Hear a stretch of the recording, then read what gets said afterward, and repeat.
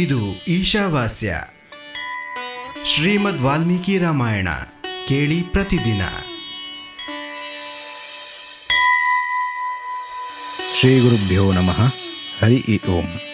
ಇದು ಶ್ರೀಮದ್ ವಾಲ್ಮೀಕಿ ರಾಮಾಯಣದ ಮಹಾತ್ಮೆಯ ಮಾಘ ಮಾಸದಲ್ಲಿ ರಾಮಾಯಣ ಶ್ರವಣದ ಫಲ, ರಾಜ ಸುಮತಿ ಮತ್ತು ಸತ್ಯವತಿ ಪೂರ್ವಜನ್ಮದ ಇತಿಹಾಸ ಎಂಬ 3ನೇ ಅಧ್ಯಾಯ. ಭಾಗ 3. ಮುನಿಯ ಸ್ವಾಗತ ಸತ್ಕಾರ ನಡೆದು ಅವರ ಶಾಂತ ಭಾವದಿಂದ ಆಸೀನರಾದಾಗ ತನ್ನ ಆಸನದಲ್ಲಿ ಕುಳಿತಿರುವ ರಾಜನು ಮುನಿಯನ್ನು ಕರಮುಗಿದು ಇಂತೆಂದನು: ಪೂಜ್ಯರೇ, ಇಂದು ನಿಮ್ಮ ಶುಭಾಗಮನದಿಂದ ನಾನು ಕೃತಾರ್ಥನಾದೆ. ಏಕೆಂದರೆ ಶ್ರೇಷ್ಠ ಪುರುಷರು ಸಂತರ ಆಗಮನವನ್ನು ಸುಖದಾಯಕವೆಂದು ಹೇಳಿ ಅದನ್ನು ಪ್ರಶಂಸಿಸುತ್ತಾರೆ.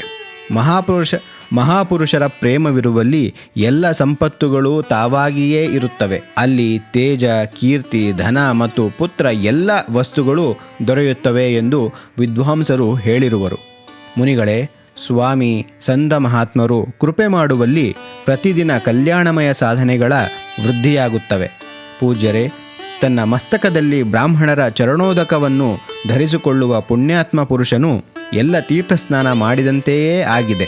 ಇದರಲ್ಲಿ ಸಂಶಯವೇ ಇಲ್ಲ. ಶಾಂತ ಸ್ವರೂಪ ಮಹರ್ಷಿಯೇ, ನನ್ನ ಪುತ್ರ, ಪತ್ನಿ ಹಾಗೂ ಎಲ್ಲ ಸಂಪತ್ತು ತಮ್ಮ ಚರಣಗಳಲ್ಲಿ ಸಮರ್ಪಿತವಾಗಿದೆ. ನಾನು ನಿಮಗೆ ಏನು ಸೇವೆ ಮಾಡಲಿ? ಅಪ್ಪಣೆಯಾಗಬೇಕು.